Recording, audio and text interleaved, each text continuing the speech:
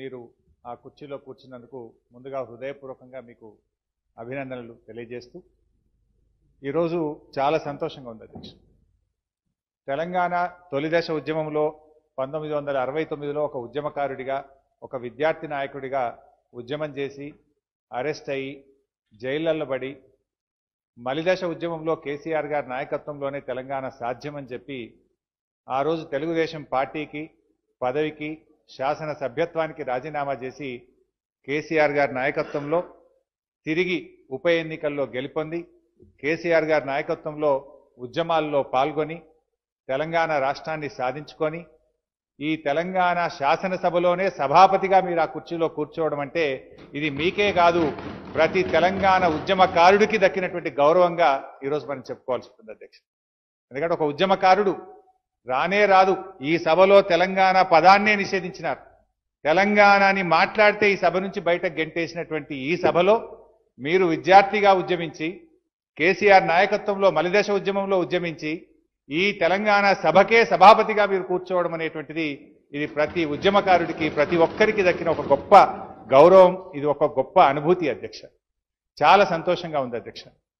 మీతో కూడా మేము పనిచేసినప్పుడు మేము అప్పుడప్పుడు మిమ్మల్ని చూసి నేర్చుకునేవాళ్ళం.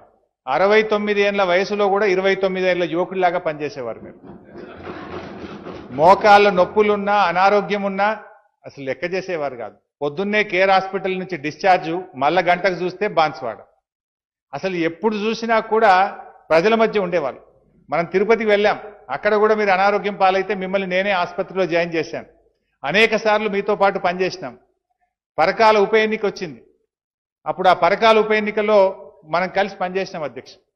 ఆత్మకూరు మండలంలో మీకు ఇన్ఛార్జిగా ఇస్తే అక్కడ ఒక ఇల్లు కిరాయికి తీసుకొని ఒక కార్యకర్తలాగా ఒక ఉద్యమకారుల్లాగా ఆత్మకూరులో పరకాల ఉప ఎన్నికల్లో మీరు పనిచేసినటువంటి తీరు చూస్తే మీ నుంచి మేము చాలా నేర్చుకున్నాం అధ్యక్ష. నిజంగా ఈరోజు ఒక ఉద్యమకారుడు ఈ సభలో అపారమైనటువంటి అనుభవం కలిగినటువంటి వ్యక్తి. మీరు డిసిసిబి చైర్మన్గా 6 సార్లు ఎమ్మెల్యేగా ప్రతిపక్ష శాసనసభ్యుడిగా అధికార పార్టీ శాసనసభ్యుడిగా వివిధ మంత్రిత్వ శాఖలు నిర్వహించినటువంటి అనుభవం కలిగినటువంటి మంత్రిగా మిమ్మల్ని ఈరోజు మన సభానాయకులు కేసీఆర్ గారు సభాపతిగా ఎంపిక చేయడం అంటే ఒక సరి అయినటువంటి వ్యక్తికి సమున్నతమైనటువంటి గౌరవాన్ని ఈరోజు మీకు లభించింది. దానికి నేను సభానాయకుడికి కూడా హృదయపూర్వకంగా మా అందరి పక్షాన ధన్యవాదాలు తెలియజేస్తా ఉన్నాను అధ్యక్ష. మీతో పాటు మీరు వ్యవసాయ శాఖ మంత్రిగా మార్కెటింగ్ మంత్రిగా కూడా చాలా దగ్గరగా పనిచేసే అదృష్టం కూడా నాకు దొరికింది అధ్యక్ష. మీరు చాలాసార్లు మనం సంయుక్త సమావేశాలు పెట్టాం. ఒక ఎర్రజొన్నల సమస్య, నిజామాబాద్ జిల్లాలో ఎర్రజొన్నల సమస్య వస్తే గత ప్రభుత్వాలు పట్టించుకోకపోతే గౌరవ కేసీఆర్ గారు ముఖ్యమంత్రి గారి యొక్క ఆదేశాలతోనే ఆ రోజు ఎన్నో ఏళ్లుగా అపరిష్కృతమైనటువంటి లాఠీ దెబ్బలు తూఠా దెబ్బలు తిన్న ఎర్రజొన్న రైతుల సమస్య నిజామాబాద్ జిల్లాలో మీ నాయకత్వంలో పరిష్కారం కావడం నిజంగా చాలా సంతోషం అధ్యక్ష. అలా చెప్పుకుంటూ పోతే సోయాబీన్ రైతుల కోసం కానీ ఇలా ప్రతి పంటకు కూడా మద్దతు ధర లభించడం, ఒక నిజంగా ముఖ్యమంత్రి గారు మిమ్మల్ని లక్ష్మీపుత్రుడని మీకు ఎట్లయితే నామకరణం చేసినారో మీ నాయకత్వంలో తెలంగాణ రైతాంగానికి గడిచిన 4.5 ఏళ్లు ఒక స్వర్ణయుగం, ఒక గొప్ప విప్లవాత్మకమైనటువంటి మార్పును మనం తీసుకురాగలిగాం. మీ పనితీరు ముఖ్యమంత్రి గారి నిర్ణయాలతోని స్వామినాథన్ లాంటి వ్యవసాయ రంగ నిపుణుడే ఈ రాష్ట్రంలో మన ముఖ్యమంత్రి గారికి అవార్డు ఇచ్చి మన పనితీరును వ్యవసాయ శాఖ పనితీరును రైతాంగానికి ప్రభుత్వం చేస్తున్నటువంటి మేలును ఈరోజు ప్రముఖ నిపుణుడు స్వామినాథన్ లాంటి వ్యక్తి కూడా ఈరోజు గుర్తించారంటే దాని వెనుక మీ కృషి ఉంది.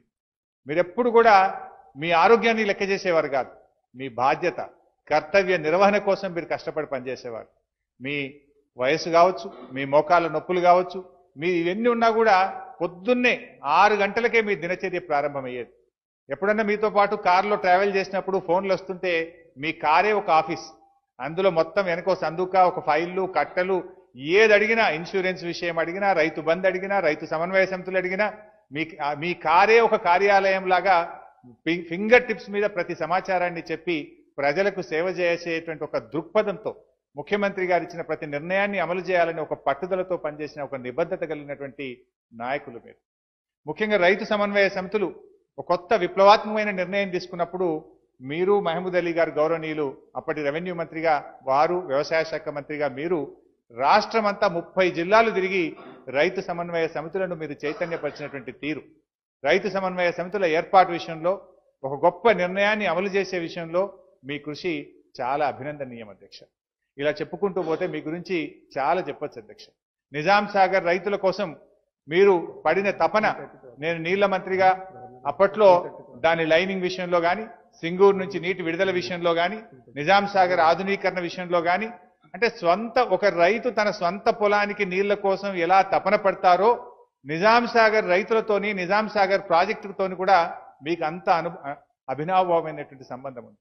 అలా మీరు ప్రతి నిమిషం కూడా తపన పడేవారు మా ప్రాజెక్టు ఆధునీకరణ జరగాలి, కాళేశ్వరంతో నిజాం సాగర్ ప్రాజెక్టును అనుసంధానం చేయాలని ముఖ్యమంత్రి గారిని అనేక సందర్భాల్లో మీరు అడిగి ఒప్పించి మీరు మెప్పించుకున్నటువంటి తీరు ప్రజల పట్ల మీకు ఉండేటువంటి మమకారం, రైతుల పట్ల మీకు ఉండేటువంటి ప్రేమను తెలియజేస్తుంది అధ్యక్ష. ఇలాంటి మీకు ఇంత సమున్నతమైనటువంటి స్థానం, ఒక ఉద్యమకారుడికి ఇంత గొప్ప గౌరవం దక్కడం నిజంగా చాలా చాలా సంతోషంగా ఉంది. మీరు తప్పకుండా ఈ 5 సంవత్సరాలు, వచ్చే 5 సంవత్సరాల పాటు ఈ సభను అత్యంత హుందాగా భారతదేశంలోని మిగతా శాసనసభలకు ఆదర్శవంతమైనటువంటి సభగా, ఎందుకంటే వ్యవసాయ శాఖ మంత్రిగా ఈ దేశానికే ఆదర్శవంతంగా కేసీఆర్ నాయకత్వంలో మీరు పనిచేసిండ్రు. తప్పకుండా సభానాయకుడు ఆధ్వర్యంలో సభాపతిగా ఈ సభ కూడా ఈ దేశంలోని అన్ని శాసనసభలకు అత్యంత ఆదర్శవంతంగా మీరు నడుపుతారనడంలో నాకు ఎలాంటి సందేహం లేదు. మీకు శుభం కలగాలని, ఆ భగవంతుడు మీకు మంచి ఆయురారోగ్యాలు ఇవ్వాలని, ఈ సభను అత్యంత అర్థవంతమైనటువంటి చర్చలతో చాలా చక్కగా మీరు నడుపుతారనేటువంటి సంపూర్ణమైనటువంటి విశ్వాసంతో మరొక్కసారి మీకు హృదయపూర్వకంగా ధన్యవాదాలు. గౌరవనీయులు డి శ్రీధర్. ఈ వీడియోపై మీ విలువైన కామెంట్స్ ని మాతో షేర్ చేసుకోండి. అండ్ ఇంకో విషయం, సబ్స్క్రైబ్ చేయడం మర్చిపోకండి.